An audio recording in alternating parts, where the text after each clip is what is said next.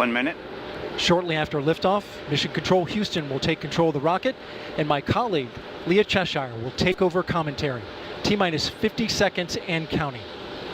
Coming up at T-minus 33 seconds, the GLS will hand off control to the ALS. This is the autonomous launch sequencer. On board the rocket, it will take over command and control of the rocket.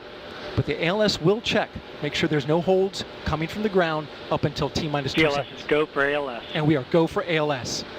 The Space Launch System is now counting down to liftoff of Orion on its maiden voyage to the moon.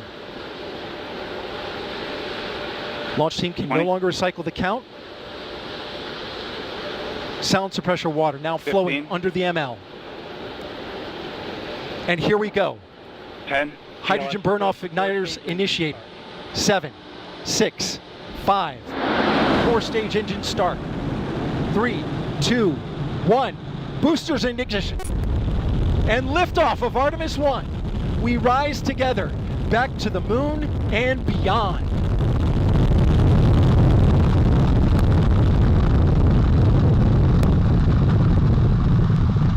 All 4 RS-25 engines on the core stage and 2 solid rocket boosters now propelling the vehicle at 128 miles per hour.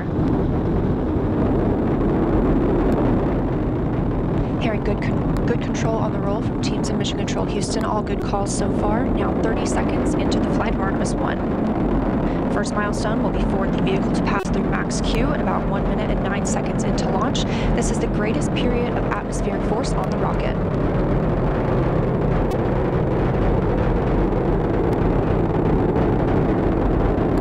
SLS now traveling 607 miles per hour.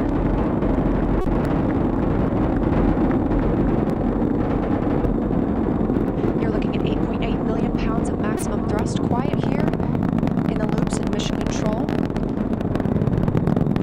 The 4 core stage engines are throttling down ahead of passing through max Q.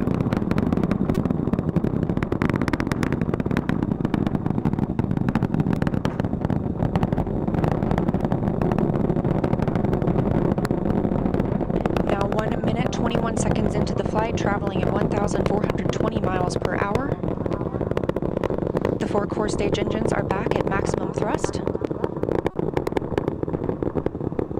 The next major milestone will be for the solid rocket boosters to cut off and jettison at about 2 minutes and 11 seconds into the flight, so about 30 seconds from now. Again, quiet here in Mission Control Houston as teams continue monitoring the flight of Artemis 1. We're now 16 miles downrange from the launch pad at Kennedy Space Center, traveling over 2,800 miles per hour.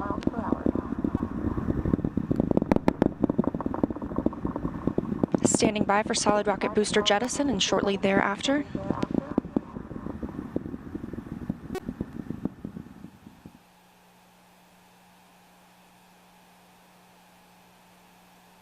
Confirmation that the solid rocket boosters have separated these 177-foot boosters.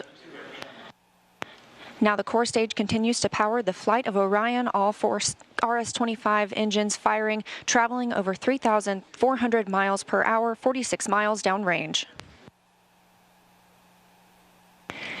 2 minutes and 36 seconds into the flight,